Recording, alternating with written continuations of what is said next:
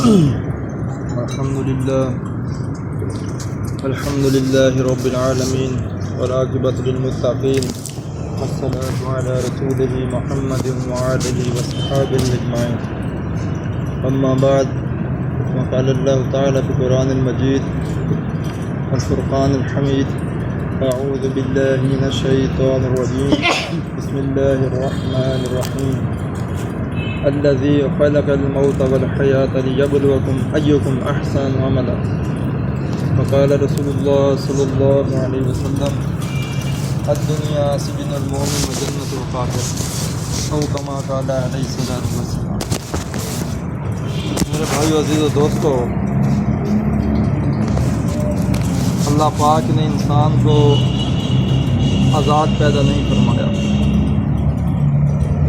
اللہ پاک نے انسان کو ایک زندگی دے کر بنایا ہے، بھیجا ہے. قرآن کی آیت پڑھی، اللہ قرآن پاک میں فرماتے ہیں: الذی خلق الموت والحیاۃ لیبلوکم ایکم احسن عملا، کہ ہم نے موت اور زندگی کا جو نظام بنایا ہے وہ اس لیے بنایا ہے کہ ہم اس کو چیک کریں، اچھے عمل کون کر کے آتا. دوسری جگہ قرآن پاک میں اللہ نے فرمایا: انا خلقنا الانسان فی نطفۃ امشاج. اللہ پاک فرماتے ہیں: انسان، میں نے انسان کو ایک مخلوط نطفے کے ساتھ پیدا فرمایا تاکہ اس کا امتحان لوں. یہ زندگی انسان کی آزمائش ہے، یہ امتحان ہے، اور یہاں پر کوئی آزاد نہیں ہے. الدنیا سجن المومن و جنت الکافر. اللہ کے رسول نے فرمایا: دنیا مومن کے لیے ایسی ہے کہ جیسے قید خانہ ہو. قید خانے کا مطلب یہ نہیں کہ اس کو بند کر کے پابند کر کے ختم کر دے، یعنی کہ وہ زندگی جو بھی گزارے گا اللہ کے احکامات اور نبی پاک صلی اللہ علیہ وسلم کے طریقوں کے مطابق گزارے گا. پابندی والی زندگی بتلائی. اور جو کافر کی زندگی ہے وہ آزاد زندگی، اس کو پتہ ہی نہیں. بھائی، انسان کے سامنے ایک تاریخ ہے. اللہ رسول کی زندگی، اللہ سیرت ہے. اللہ کے رسول نے جو زندگی گزاری وہ انسان کے سامنے سیرت موجود ہے. قرآن کے اندر اللہ پاک نے سارے معاملے انسان کے بتلا دیا کہ اے انسان، تو سمجھ، تو یہ نہ سمجھنا کہ تجھے میں نے آزاد پیدا کر دیا ہے کہ تو اپنی منچا کر، اپنی منچاہی زندگی گزار کے آ. نہیں میرے بھائی، اللہ نے انسان کو ایسے نہیں پیدا فرمایا. اللہ نے جو احکامات جاری فرمائے کہ اس کو مان کر آ تو کامیاب ہو جائے گا، اگر اس کو نہ مان کے آیا تو ناکام ہو جائے گا، اور ہمیشہ کے لیے ناکام ہو جائے گا. تو میرے بھائیو، ناکامی کوئی 2-4 دن کی نہیں ہے، 2-4 مہینے کی نہیں ہے، ہمیشہ کی کامیابی ہے یا ہمیشہ کی ناکامی ہے. آج ہم دنیا کے دھوکے میں ایسے پڑے ہوئے ہیں کہ دنیا کے چکر میں ایسے پڑے کہ دنیا کو سب کچھ سمجھنے لگے، دنیا کی محنت میں لگے، دنیا کے کام کاج کے پیچھے لگے، رزق کے پیچھے ایسے بھاگے، ایسے پریشان ہوئے، رزق کے پیچھے بھاگے اور رزاق کو چھوڑ دیا. رزق کے پیچھے بھاگتے رزاق کو بھول گئے کہ یہ رزق تو رزاق اس کا مالک ہے. رزق تو میرے مالک نے دینا ہے، رزق تو رزاق کے ہاتھ میں ہے. لیکن انسان دیکھیں، وہ کہتا ہے بس جی کماؤں گا نہیں تو کھاؤں گا کیا، کہاں سے ہے جی. مردوں کو کمانے سے فرصت نہیں اور عورتوں کو پکانے سے فرصت نہیں. مرد بیچارے دن رات ایک ہی فکر میں لگے ہوئے ہیں، کس طرح سے کس کی جگہ سے مال آ جائے، پیسہ آ جائے، حلال کا ہو حرام کا ہو، جائز ہو نہ جائز ہو، جہاں سے بس پیسہ بننا چاہیے، پیسہ آنا چاہیے، تو جوڑیاں فل ہونی چاہیے، بینک بیلنس فل ہونا چاہیے. اس کے لیے انسان دن رات لگا ہوا ہے. فیکٹریاں جا کر دیکھیں، دن رات چل رہی ہیں، دفتر کھلے ہوئے ہیں، صبح اٹھ کر دیکھیں دوڑ لگی ہوئی ہوتی ہے. ایک دوڑ لگی ہوئی ہے. کہاں جا رہے ہو میرے بھائی، کہاں جا رہے ہو؟ ہم کام پر جا رہے ہیں، ہم دنیا کو بنانے کے پیچھے جا رہے ہیں. دفتر کھل رہے ہیں، سکول کھل رہے ہیں، ہاں جی، ملازمت کے لیے سارے طرح کے نظام کھل رہے ہیں. میرے بھائیو، جب اذان ہوتی ہے تو کسی کو فکر نہیں ہوتی، انسان اپنے کام میں مصروف ہوتا ہے. کتنے ایسے لوگ جو اذان کی آواز سن کر سب کو چھوڑ کر مسجد میں آ کے اللہ اکبر لبیک کہتے ہیں، آ کر اللہ کے آگے سجدہ ریز ہوتے ہیں، اللہ کے آگے جھکتے ہیں. میرے بھائیو، آج کتنے لوگوں نے 95% لوگوں نے نماز چھوڑ دی.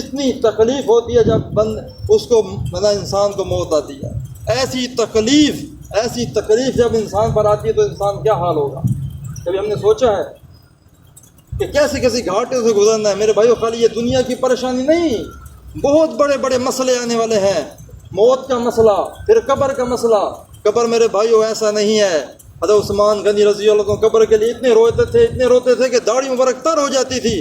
کس نے پوچھا حضرت امیر المومنین آپ اور باتوں سے اور معاملے سے نہیں ڈرتے اور نہیں روتے، اب قبر کی وجہ سے اتنے روتے ہیں؟ ہاں آپ کو پتہ نہیں کہ قبر آخرت کی منزل میں سے پہلی منزل ہے. تو یہاں سے نکل گیا تو یہاں سے پاس ہو گیا وہ ساری منزلوں سے پاس ہو جائے گا.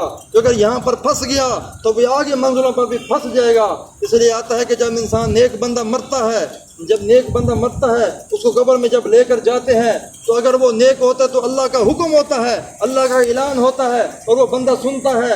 اللہ کا حکم ہوتا ہے کہ جاؤ میرے بندے کے لیے نرم بستر بچھا دو، جنت سے بستر لے کر آؤ اور قبر کے اندر بچھا دو اور اس کو جنت کا لباس بنا دو. اور دائیں طرف سے کھڑکی کھلتی ہے جنت کی اور کہا جاتا ہے کہ جنت کی کھڑکی کھول دی جائے اور اس کو ٹھنڈی ٹھنڈی ہوائیں پہنچائی جائیں اور اس کو آرام سکون کہا جائے کہ یہ آرام کر کے میرا بندہ میرے لیے بھاگتا ہوا، دوڑتا ہوا، فجر کی نمازوں کو پڑھتا ہوا، عشاء کی نمازوں کو پڑھتا ہوا، دوپہر میں گرمی کے اندر اپنے آرام کو سکون کو قربان کر کے جب سارے سوئے ہوتے ہیں یہ اپنے دن کو بھی اور رات کو بھی اٹھ کر دو پہروں میں آ کر میرے آگے سجدہ ریز ہوتا ہے اور جھکتا ہے. اللہ فرماتے ہیں اس کو آرام کراؤ، میرا بندہ یہاں پہ سو جائے، آرام کرے. اور آتا ہے کہ ایسے وقت گزرتا ہے، آخرت کی گھڑی قبر کے اندر ایسے چلتی ہے جیسے ایک جگہ پہ آتا ہے جیسے 2 رکعت نفل پڑھتے ہیں اتنی دیر لگے گی اور قبر کا منزل ختم ہو جائے گا. قبر کا جو اتنا بڑا گھاٹا ہے جو بھی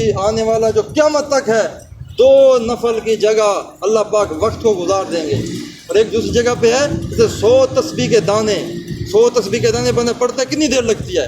اتنی دیر میں اللہ پاک قبر کا معاملہ ختم کر دیں گے، اس کو پتہ بھی نہیں چلے گا.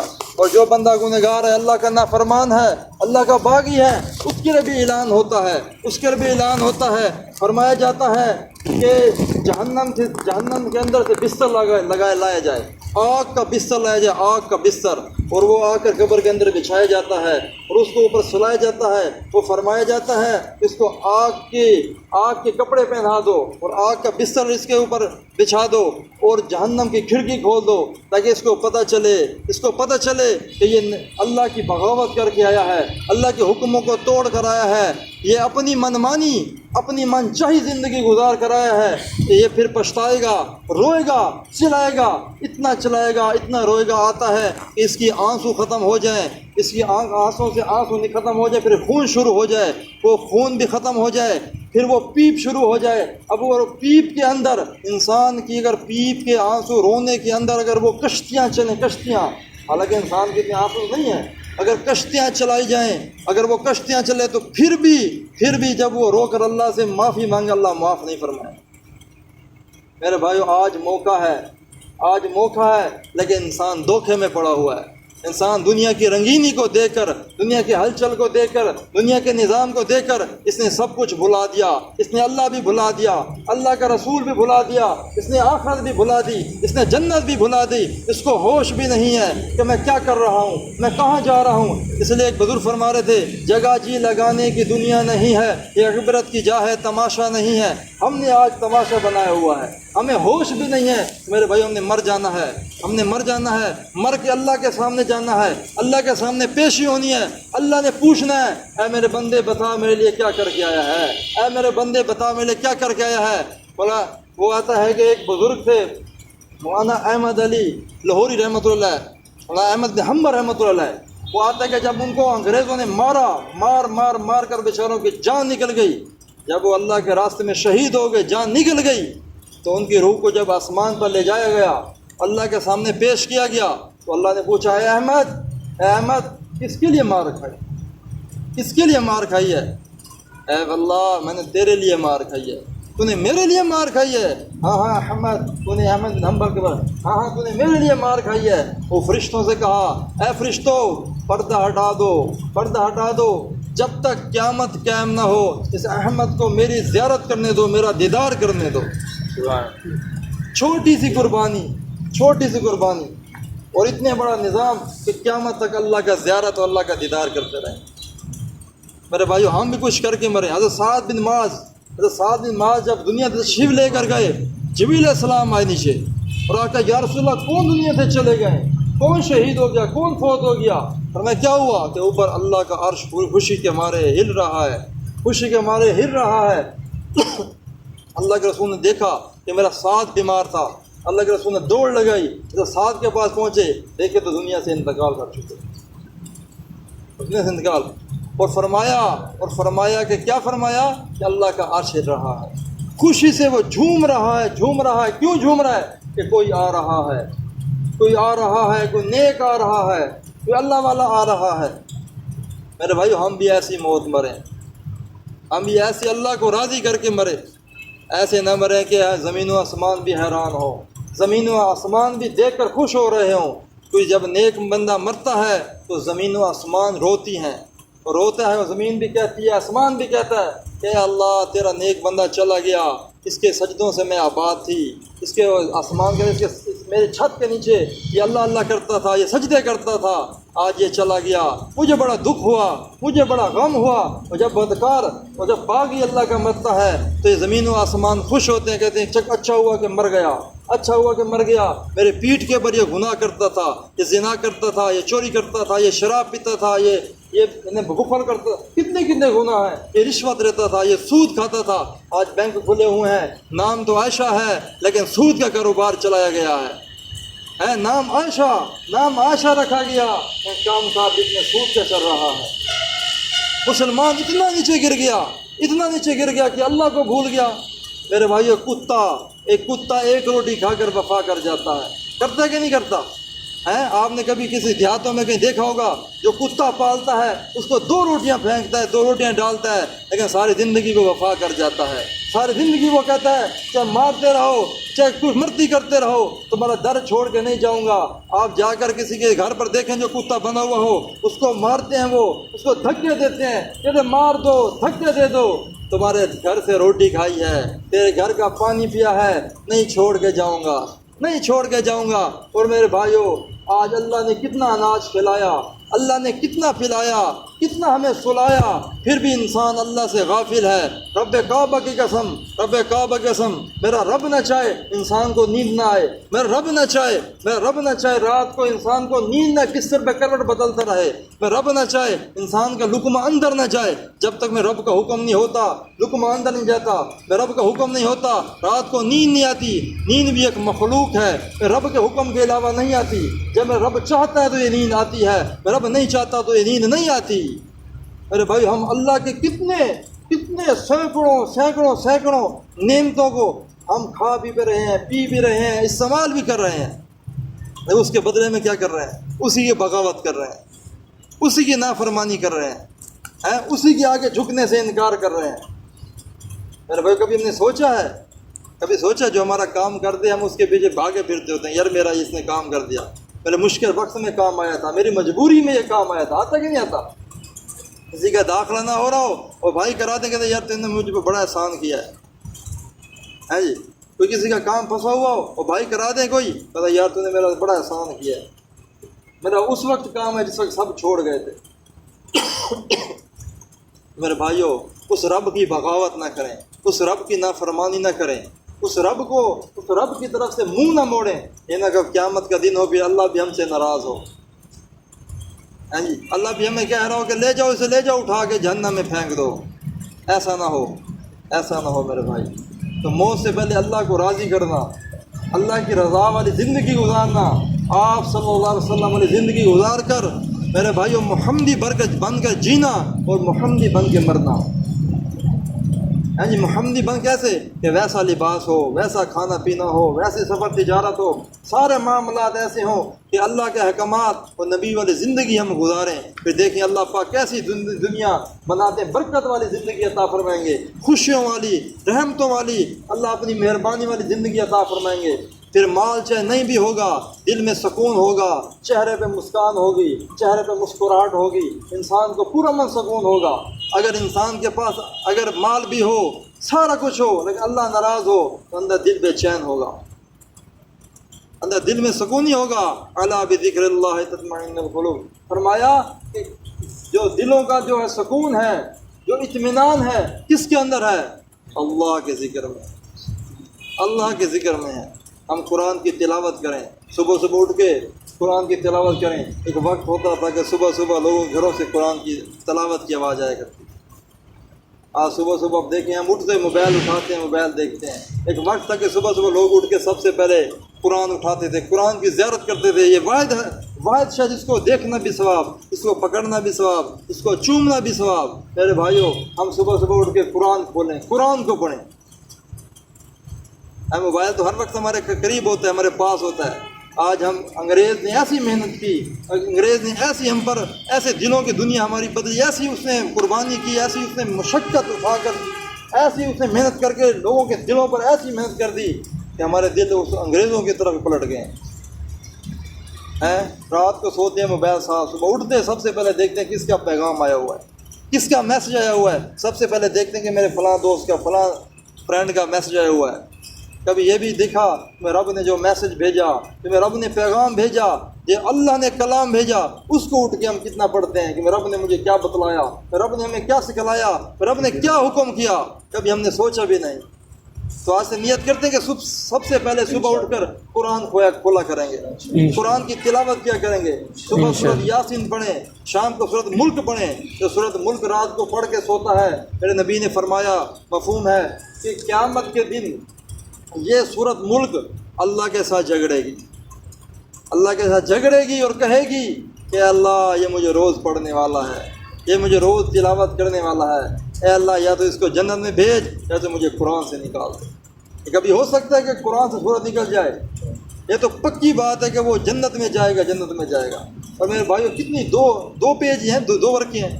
اگر ہم روزانہ رات کو 5 منٹ، صرف 5 منٹ سورۃ ملک پڑھنے پر لگا دیں تو کتنی بڑی خوش قسمتی ہے، کتنی بڑی ہے بات ہے کہ وہ جنت کا سرٹیفکیٹ مل گیا اسے، اور جنت میں وہ ضرور جائے گا. تو 5 منٹ اس کے لیے نکالیں. صبح فجر کی نماز پڑھیں. فجر کی نماز کسی کا اذان ہو، میرے بھائی رات کو 2 بجے بھی سوئیں، فجر کی نماز نہ چھوٹے. کوشش کریں مسجد میں آ کر پڑھیں. اگر بامر مجبوری ہے، انسان ہے، ٹائم دیکھے اگر تھوڑا سا وہیں پہ پڑھ سکتا ہے پڑھ لے، لیکن نماز کو چھوڑے نا. 2 بجے پڑھ